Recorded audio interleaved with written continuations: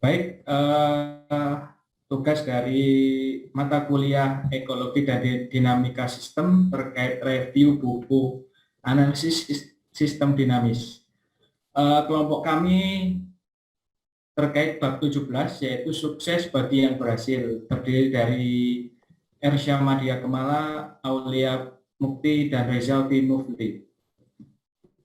Pendahuluan, sukses bagi yang berhasil, suatu keadaan yang bersaing dalam meraih sukses. Model sukses terdiri dari individu atau perusahaan, kemudian bersaing, setelah itu sukses. Ciri model sukses: 1. Memenuhi kepentingan diri sendiri. 2. Mengambil tindakan konsisten. Dan 3. Merekayasa keadaan. Simulasi struktur dasar sukses bagi yang berhasil digambarkan dari diagram kausal berikut. Sebagai contoh, alokasi sumber daya untuk A, tidak untuk B, berpengaruh positif terhadap sumber daya A, kemudian berpengaruh positif terhadap keberhasilan A, dan kembali menjadi alokasi sumber daya A tidak untuk B. Kemudian diagram causal loop juga menceritakan berpengaruh negatif sumber daya B untuk sumber daya A, seperti yang tersaji pada slide berikut. Selanjutnya, kondisi yang dapat membentuk dinamika model sukses: 1. Struktur zero sum game di mana salah satu atau dua alternatif berkompetisi merebutkan sumber daya yang sama.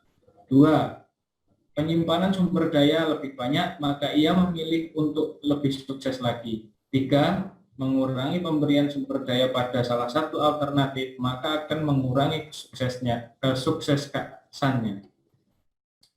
Digambarkan pada diagram konvergen di slide berikut, yaitu perilaku terhadap waktu, model sukses bagi yang berhasil, di mana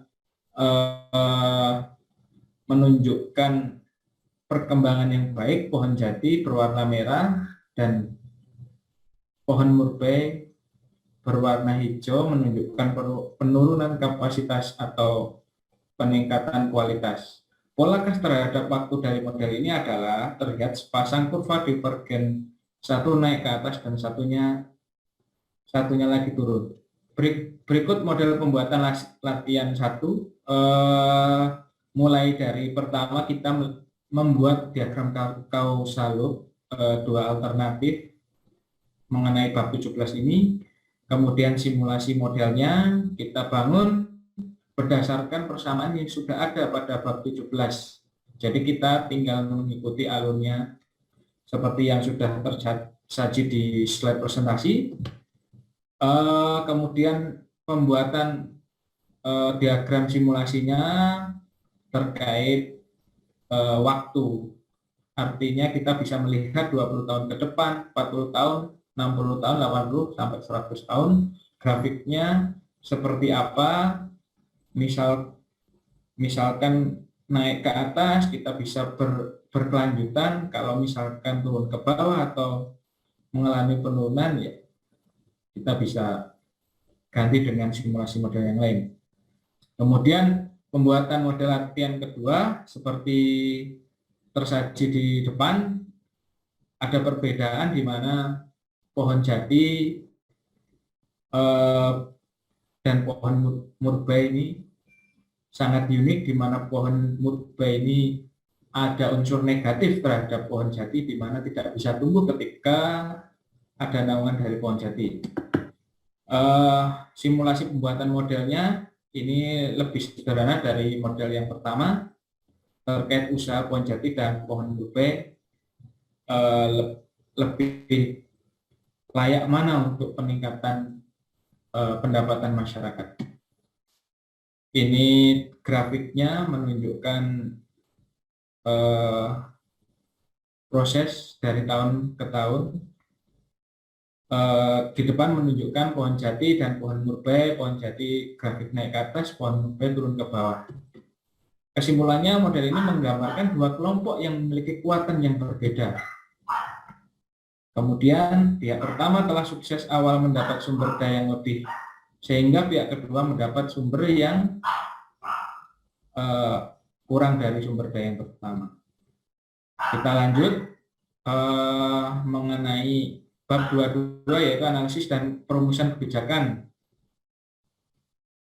Baik, analisis kebijakan dengan simulasi model, yaitu pengembangan kebijakan alternatif terdiri dari dua, yaitu model tetap dengan parameter yang kita buat tetap. Ada perbedaan di mana ada tambahan kebijakan, yaitu kebijakan C yang membuat kategori kebijakannya kategori baru. Kemudian model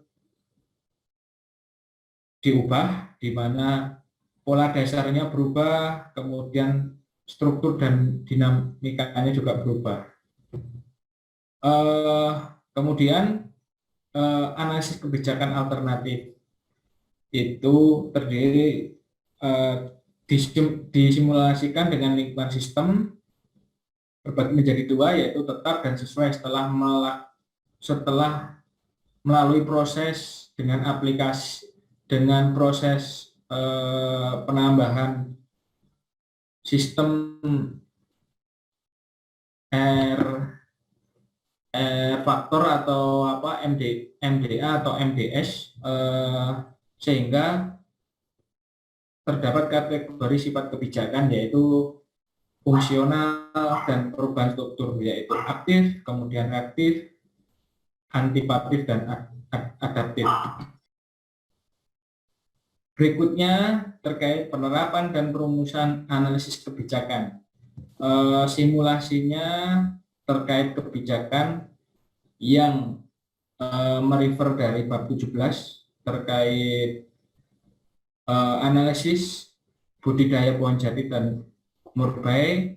Kita tambahkan subbab terkait subsistem lahan, di mana pohon jati dan pohon murbei itu harus melalui proses kesesuaian lahan dulu, kemudian kita simulasikan menjadi budidaya base future, kemudian setelah itu kita bisa melihat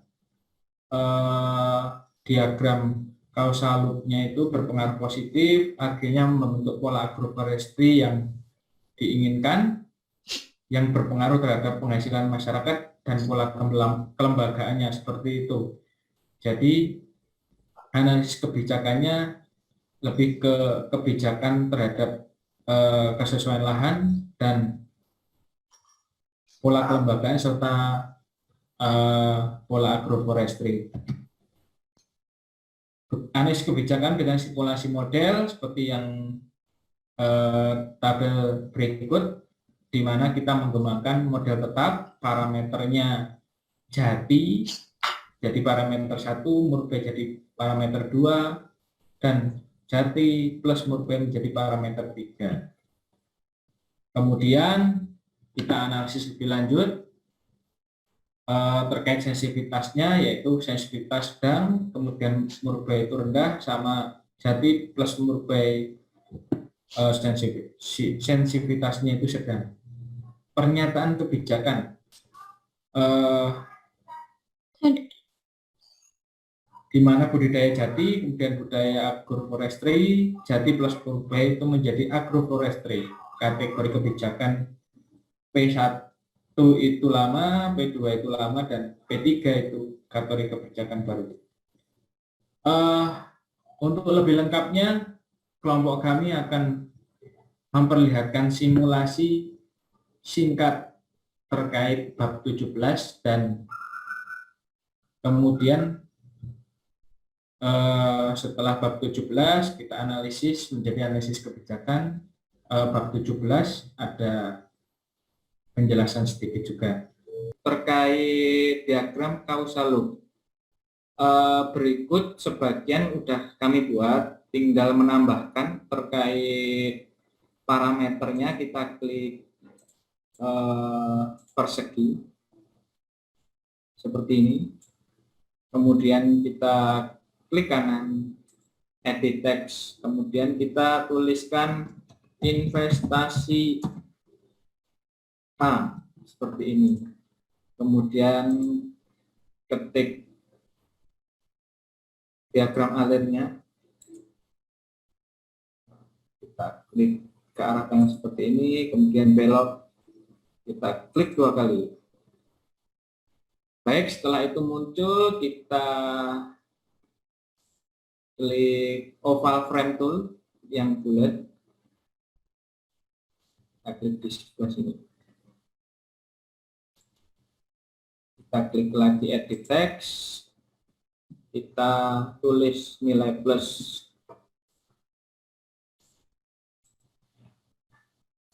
Plus ini menandakan bahwa pembuatan model ini bernilai plus kelonggaran HPHA terhadap investasi, kemudian bernilai positif juga untuk kesuksesan HPHA yang saling terkait. Kemudian di sebelah kanan itu HPHB itu bernilai negatif. Mungkin ada beberapa parameter yang menyebabkan nilainya negatif. Mungkin seperti itu. Simulasi pemodelan latihan pertama terkait diagram causal loop. Baik, kami akan sedikit menggambarkan simulasi model yang sebelumnya sudah dibangun, itu kan melalui persamaan di bab 17, yaitu terkait 2 pendekatan di mana usaha HPHA dan usaha HPHB. Kita simulasikan kira-kira mana yang lebih bagus, gitu kan. Sedikit terkait toolnya, kami akan memberikan penjelasan di mana bulatan ini adalah level, yaitu level adalah auxiliary, yaitu variabel yang mempengaruhi nilai laju. Kemudian persegi panjang ini adalah level, variabel yang mempengaruhi nilai laju juga. Kemudian seperti timbangan ini adalah flow with rate. Kemudian yang belah ketupat adalah konstanta. Tanda tanya berwarna orange seperti ini menunjukkan bahwa proses ini belum sepenuhnya beres, sehingga saya akan sedikit memberikan simulasi. Kita klik belah ketupat di mana konstanta, kita kasih nama fraksi keuntungan HPHB.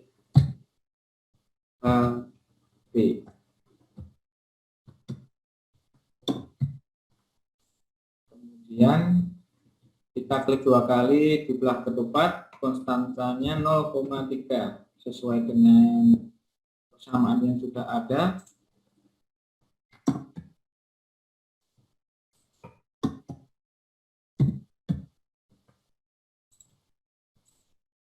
Nah, seperti ini, hilangkan tanda tanyanya karena kita udah isi konstantanya. Kemudian setelah itu kita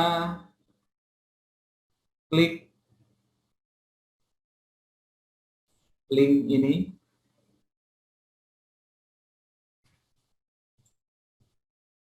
sampai keluar ada tanda biru itu di pinggir belah ketupat, kita klik sekali aja, kemudian sampai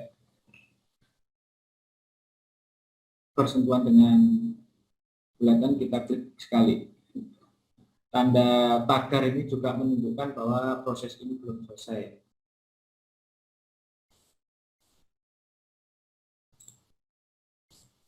Nah, seperti ini sudah. Setelah itu kita simulasikan dalam bentuk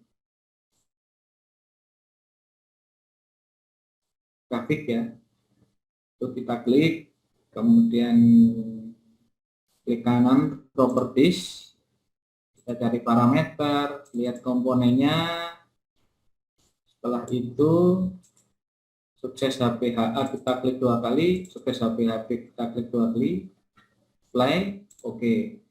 Seperti itu teman-teman sekalian. Setelah itu kita ingin melihat perkiraan waktu sampai 100 tahun ke depan seperti apa. Ini sama prosesnya, klik properties, parameter, komponen, sukses HPHA, sukses HPHP, apply, oke. Tinggal setelah itu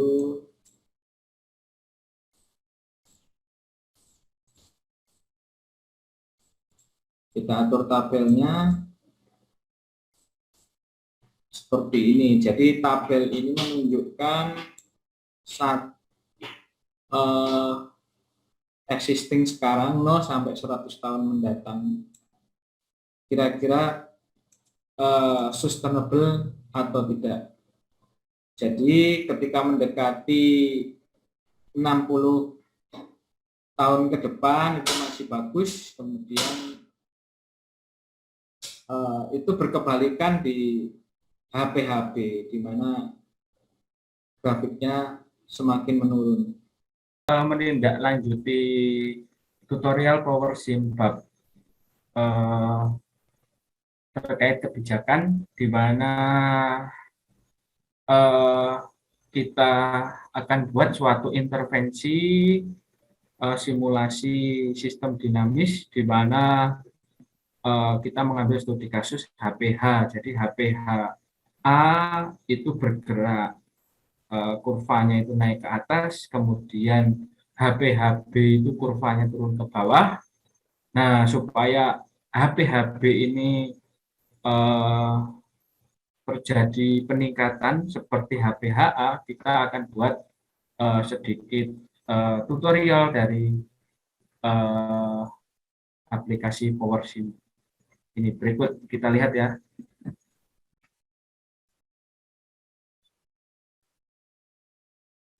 Kita buat satu variabel, auxiliary variabel, yaitu HCV HPH, di mana HCV itu suatu skema atau kegiatan untuk pengelolaan lingkungan, sehingga dengan adanya HCV ini terjadi kelonggaran HPH atau sedikit intervensi, di mana usaha HPHB ini bisa signifikan karena dia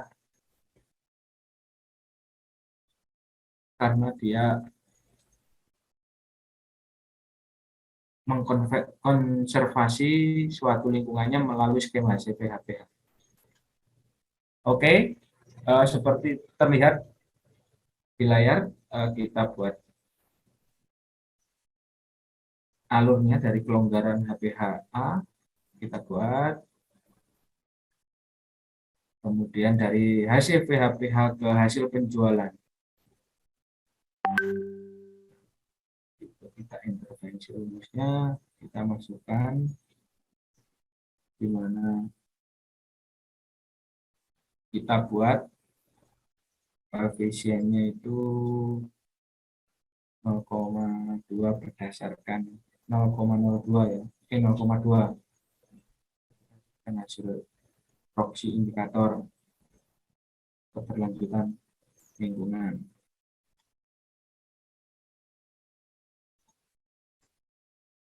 Kita rubah yang tadinya dikurangi jadi tambah karena ada intervensi suatu skema keberlanjutan lingkungan, yaitu HCV-HPH. Kita lihat, kita running, hasilnya seperti yang terlihat di layar. Oke. Komponen usaha PHA, sukses HPHA, kemudian sukses HPHB. Kita lihat sekarang proses. Ya, seperti ini tuh. Jadi kurva merah terlihat itu eh, sukses HPHA yang tadinya dari awal yang naik ke atas, kemudian sukses HPHB yang tadinya turun, sekarang naik karena kita buat skema intervensi, yaitu pengelolaan lingkungan melalui metode HCP.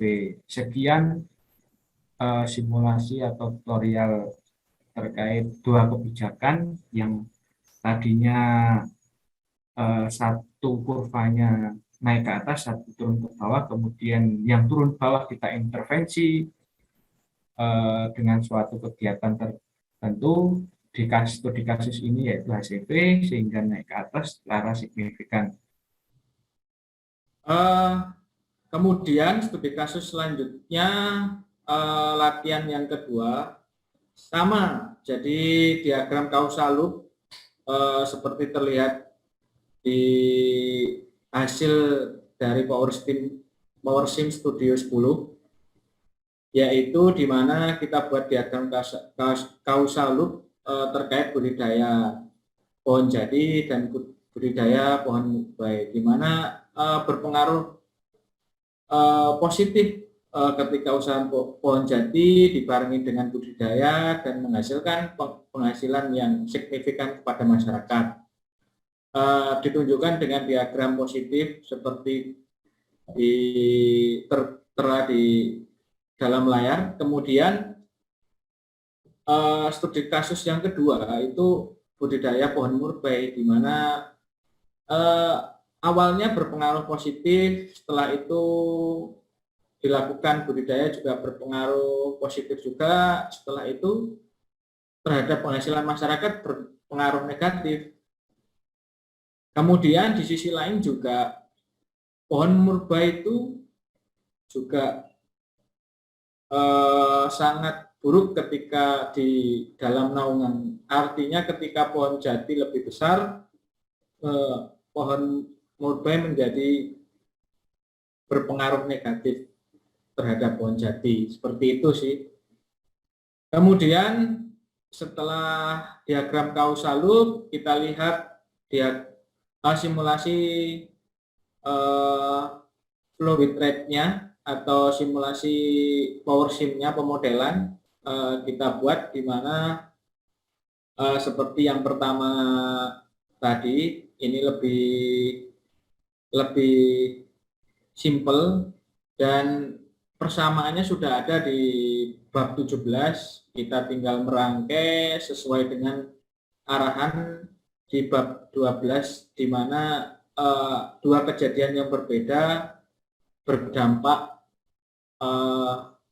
satu itu berdampak baik, yang berdampak positif, yang kedua berdampak negatif. Seperti ini, sama prosesnya. Jadi di mana kita buat konstanta dulu untuk pohon jati, setelah itu levelnya yang mempengaruhi variabel laju, kemudian ada auxiliary-nya itu, kemudian kita simulasikan di mana pohon jati menurut grafik menunjukkan signifikan ke atas terhadap peningkatan pendapatan masyarakat, sedangkan pohon murai menunjukkan grafik ke bawah, yaitu peningkatan masyarakat menjadi menurun. Seperti itu.